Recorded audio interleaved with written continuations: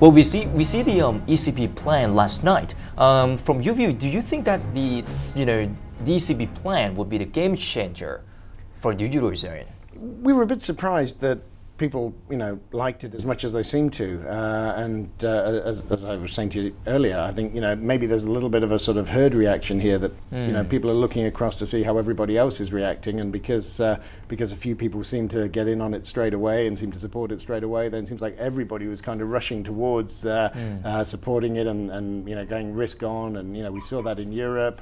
We saw it move into the States as well, and obviously we've seen it in Asia so far today. So right. I think there's a little bit of a herd instinct here, and I think maybe you need to step back and have a look at what Draghi was really saying. And we don't really know what Draghi was saying because we don't get the full details of it. We never maybe get the full details of it, but certainly at this stage, all we've really got is an outline. And I think we've got a new set of initials that we have to work with now to add to, QE and all the other terminology that's been invented. But it seems like I'm not really sure we've got a new policy as such, because it looks like there's no plans here to increase or significantly increase the quantity of money within Europe.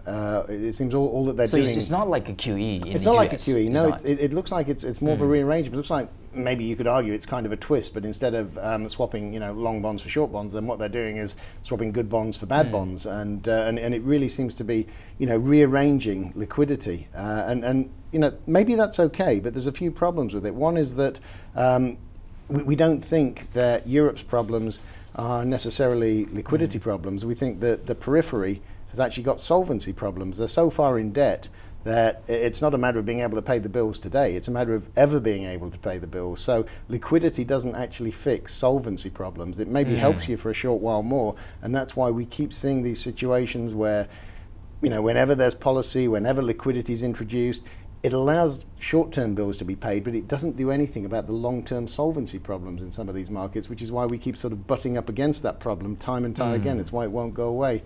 And I think there's another problem as well which we need to look at here, which is that really this is just a continuation of everything that the ECB has been trying to achieve for the last few years. It's trying to drive liquidity into the markets where investors don't want to invest, and it's kind of forcing it in there. But every time we've seen that in the past, it's had a very short-term impact on those peripheral markets, and we've seen those bond yields come down. We already seen that. We've seen that last night, and that happened a few months ago and a few months before that. Right. But what's happened, and this is really the key test, is they haven't been able to stay down. So in the past, whenever the liquidity's been forced into those bonds, wherever it's come from, whenever it's been forced in there, it's driven those yields down. What we've seen over time is that people have then sort of looked around and gone, hey, you know what, there may be short-term liquidity here, and that maybe solves the problem of defaulting tomorrow, but it doesn't deal with the long-term solvency issues, and therefore gradually that money's trickled back out of the peripheral bonds.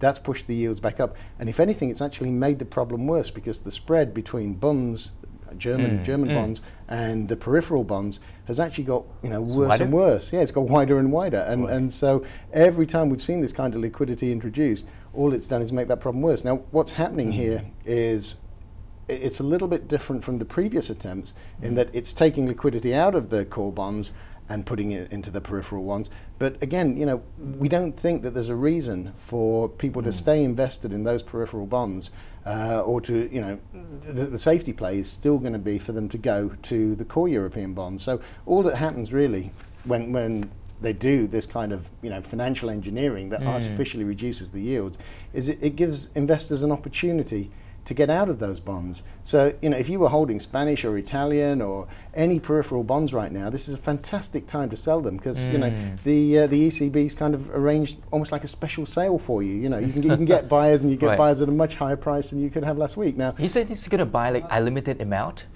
I think so.